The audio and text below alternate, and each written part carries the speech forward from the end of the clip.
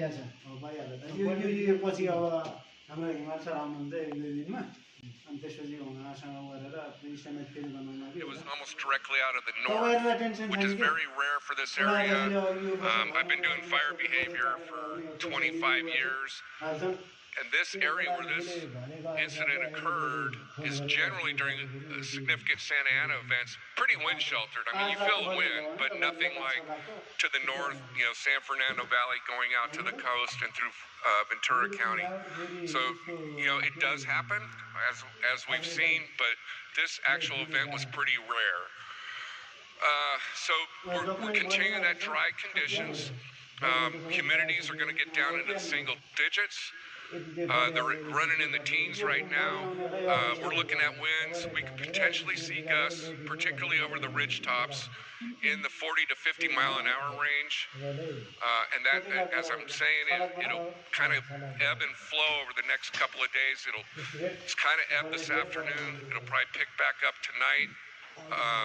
And then tomorrow night, it'll really ramp up. We'll see the strongest winds Tuesday morning, starting pretty early, probably 2, 3 o'clock in the morning, and then continuing on through the day, and then they should subside a little bit after that.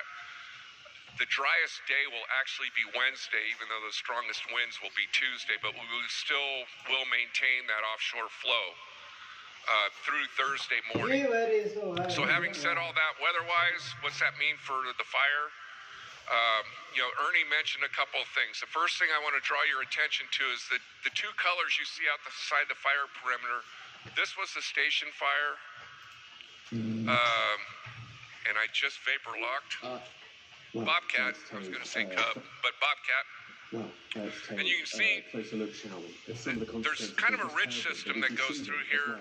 So this is generally the most logical place for us to pick up the fires because it's held fire before, and that's where most of our lines are. We try to find ridges or topographical features that are going to hold our fire.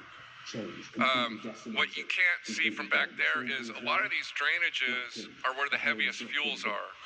We get infrared flowing over the fire. These drainages are showing quite a bit of heat still inside just because that's where the most fuel is. The good thing about the dry conditions are those fuels are burning out a little bit quicker than they normally would. So that's on the positive side. The negative side is it still provides a heat source, and if it generates enough heat, we could see spot fires, and with the predicted winds, we could potentially see spot fires up to 2 miles, maybe even farther.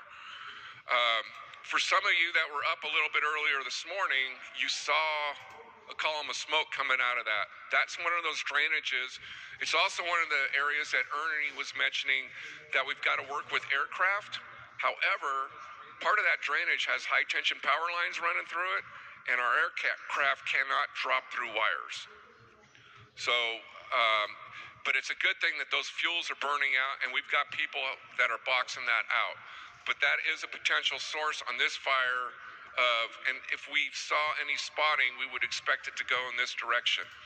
The other thing that, and you can't really see it by looking, but there's still a lot of smoldering fire in these areas, and because of all the rubble from all the damaged homes and whatnot, it's those buildings pancaked on top of that heat, so it's going to require a lot of time to lift all that out. So those sources of heat continue to be a concern for us, and they will continue there just because of so much material that we have in our houses. So those are also sources of heat that are a concern. We're not expecting a significant amount of spotting potential out of here. It's more in the wildland areas. So that's pretty much where we're sitting. We're not as concerned on this side of the fire and in the lower elevations in the vegetation, mainly because the fire burned so hot initially that it basically moonscaped the fuels there, so there's really nothing left to burn. So our heat sources tend to be in the drainages and where the structures were, and that's where we're concentrating.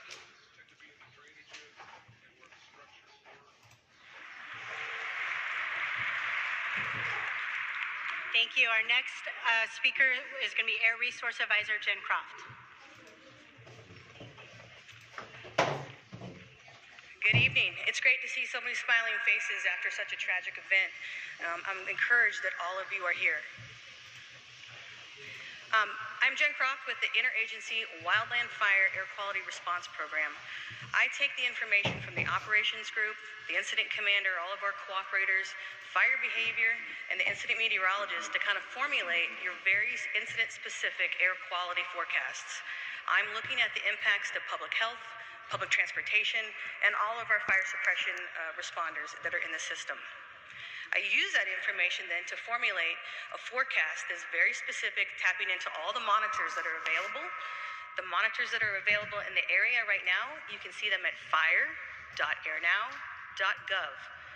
I would highly encourage all of you to take a look at that, because that will help you determine when you need to be wearing a mask, when maybe you don't need to go for a run today, and for those of you that have pre-existing conditions like cardiac and respiratory issues, when it's time to find a better place to be.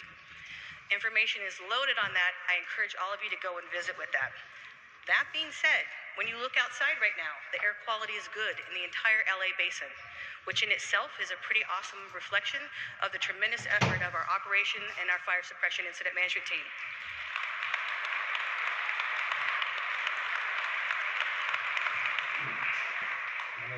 However, here's the hard part. Because the air quality is better, you're all going to want to get back in there and check things out.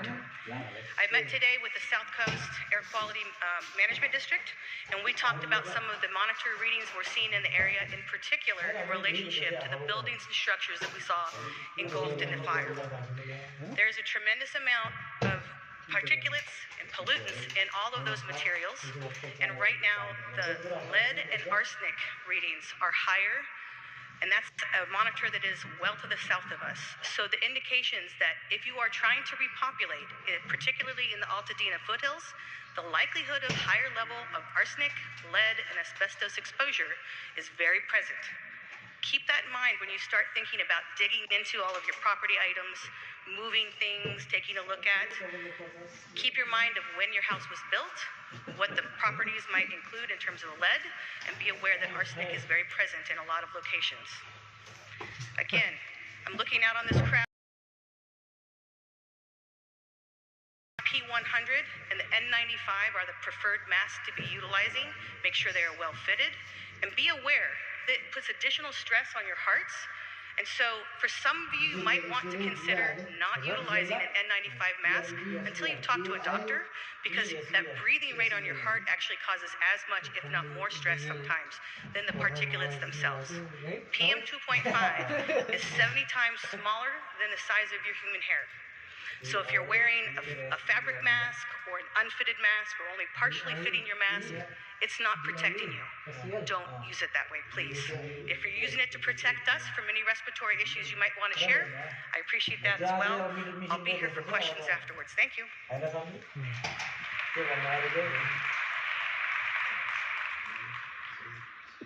All right, so that's going to cover our portion of operational in regards to the suppression efforts. Now I'm going to bring up Operational Section Chief Jed Gaines, who's going to talk about the operational recovery efforts we've been doing. Good afternoon, everyone. Thank you for being here.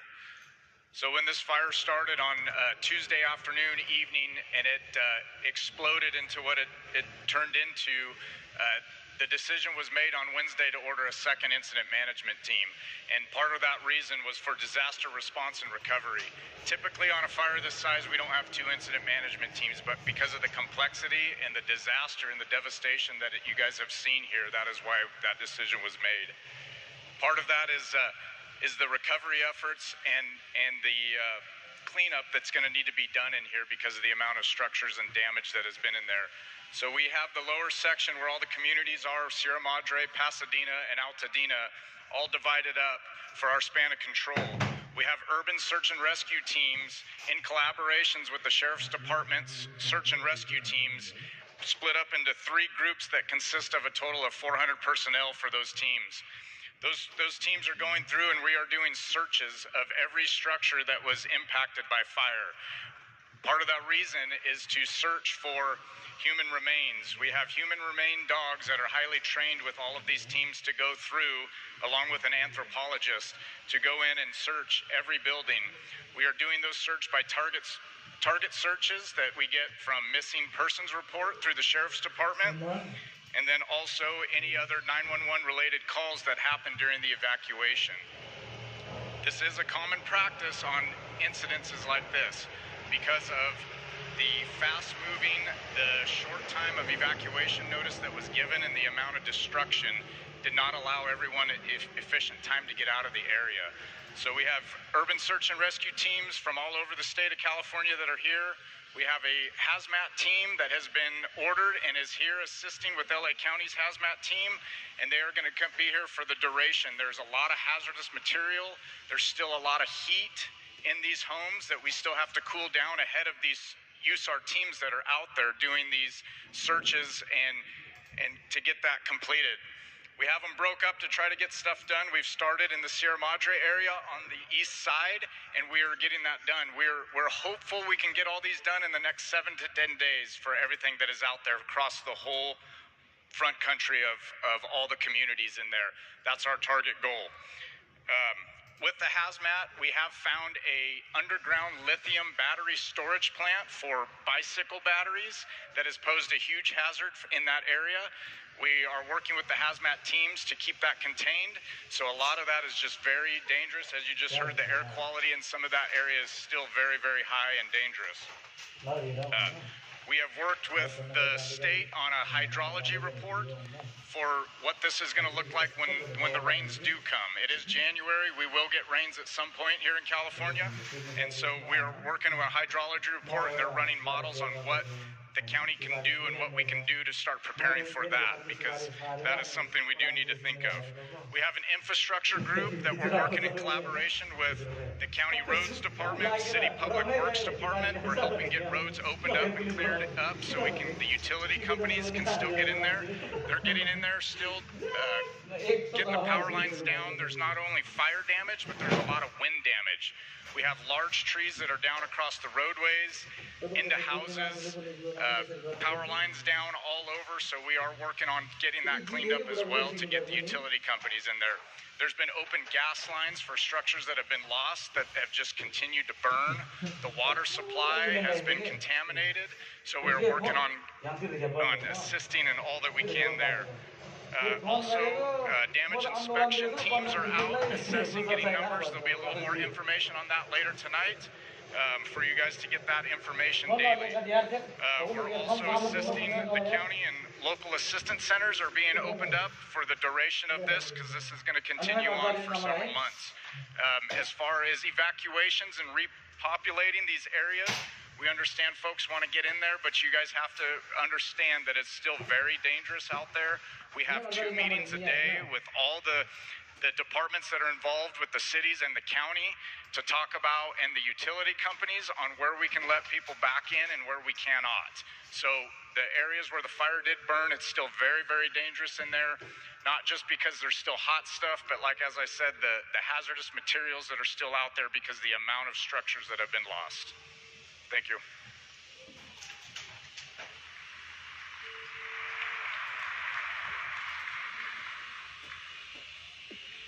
Next up, in regards to evacuation information, Captain Williams with the Los Angeles County Sheriff's Department. Good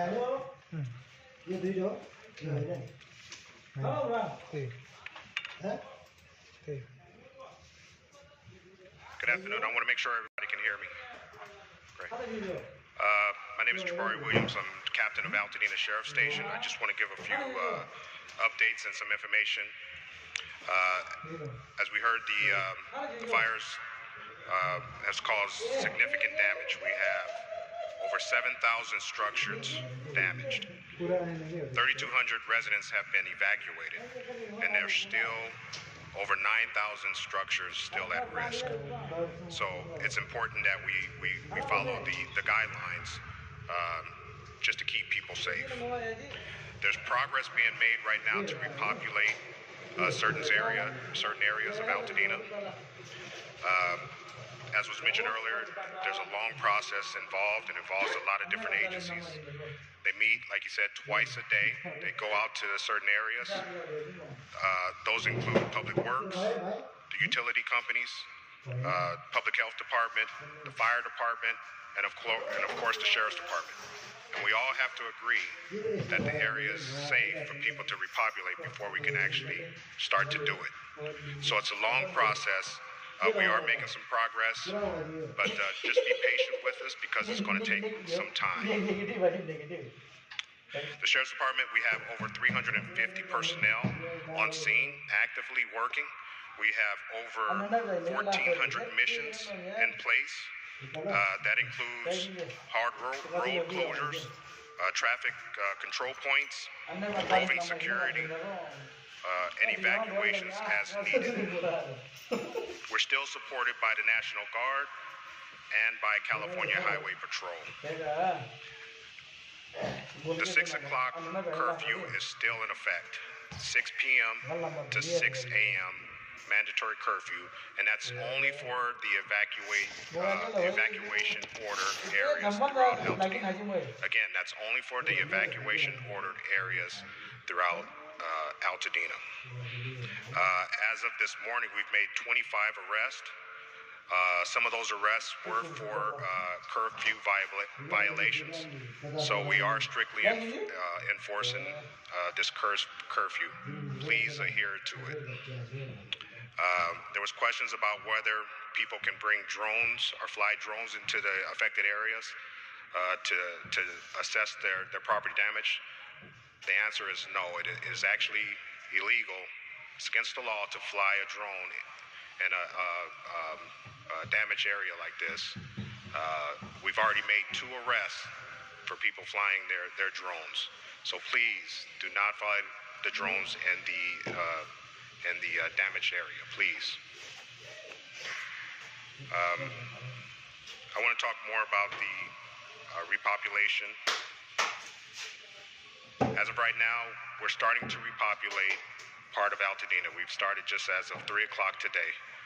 There's an area, and I'll describe the area. It's south of New York, east of Hill Street, and west of Altadena Drive. That area has now been downgraded to an evacuation warning area. That means people can't go into that area back to their residence. However, there's still no power in some of those areas, so just be aware it's an evacuation warning area. There are some things you need to adhere to. So we just want to make sure when you get to an area, check for conditions that could be hazardous. Okay? Inspect your surrounding areas. There still may be some hazard, debris, things like that may have been moved into that area. Wear protective clothing when you're assessing your area. Mask, shoes, gloves, things like that. We want you to protect yourself as you still move into your area and assess your property. Be mindful of there's still some ash and toxic substance that may be in that area. If you have respiratory conditions, consider that. Please, it's best to hire a professional to check your utilities. I don't recommend you do it yourself. Please have someone that's a professional to come out and check it. This is important. Document the damages. Take photos before you start to clean up. This may be important for insurance purposes. And this is such a trying time. Your emotional well-being is important. Just make sure you have support with you. And if you don't, please see if you can seek help if you need so, because this is could be such a trying time for people as they start to repopulate the area and assess the damages. Again, only that area I described has been downgraded to a evacuation warning area. The rest of Altadena, north of that, what I described, is still considered evacuation ordered area. It's still not safe to go into that area. There's a lot of things that could cause a lot of dangerous debris. There's wires still down in the area. There's no guarantee that a safe water supply can be supplied to that area. And that's the reason why it has not been downgraded to an evacuation warning area. On a personal note, I just